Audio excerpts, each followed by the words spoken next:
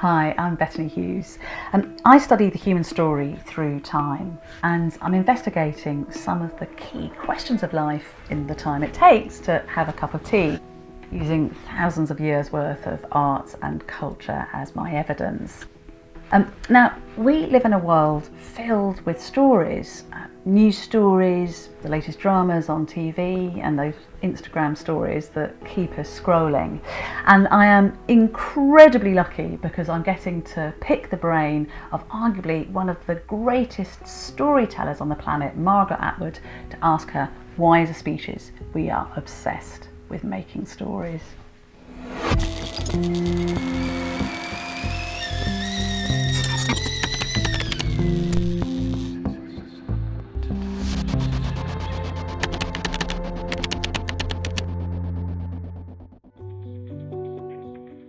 Margaret, hello. It is so lovely to see you.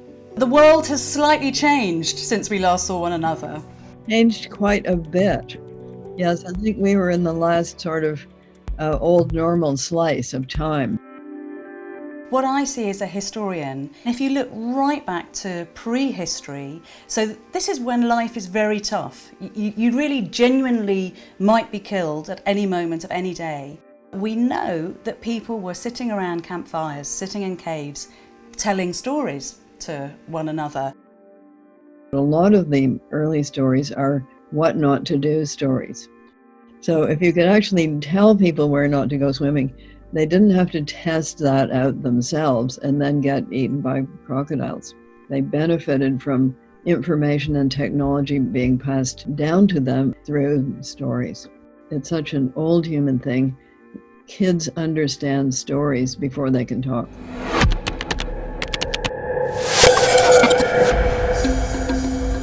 You know about the Chauvet cave in the south of France? Yes, indeed.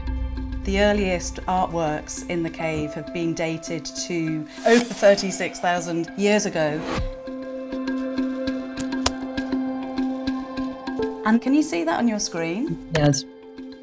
Looked like a lion to me.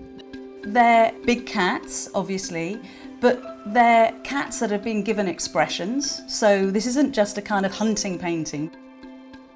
And I don't know, can you see out of the kind of jutting rock is a female vulva? That white incision right in the centre.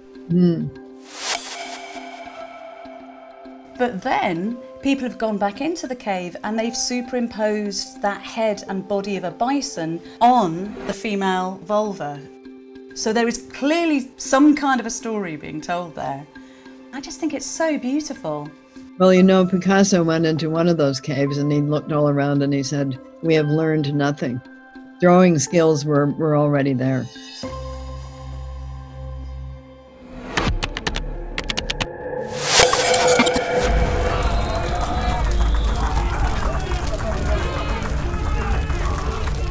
Any human technology has always got a good side, a bad side, and a stupid side you didn't anticipate. So stories have also been used to inspire horrific acts. Yeah.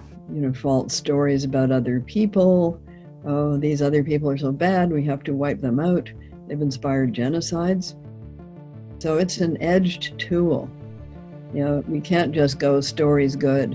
You know, they're not always good.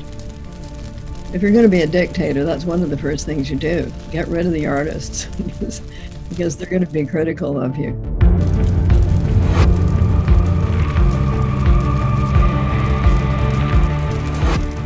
He would have been right at home in 17th century Puritan New England. Maybe even in your Handmaid's Tale stories. Exactly the same impulse. Yeah. Yeah. In 17th century Puritan New England, you could get put in the stocks for pointing and laughing. Let's point in a good way at each other, Margaret. Point, point, point. Storytelling and stories are something we have to fight for, not least because now rather brilliantly scientists have caught up with the power of stories, and they tell us that when we read stories we create oxytocin, so we create these feel-good chemicals that then make us more empathetic to those around us. You have described creating stories as being a gesture of hope. Yes, because you assume there will be a reader. So you assume there will be a future which is different from the present moment, and that in that future there will be people. And in that future there will be people who read, and that you can communicate with them across this vast distance. That is one of the things about storytelling. The audience is always singular. You feel that that voice is speaking to you. So the other piece of hope is human communication is possible. We're not just sealed boxes. We can get some understanding across time and space, and that's a pretty hopeful thing.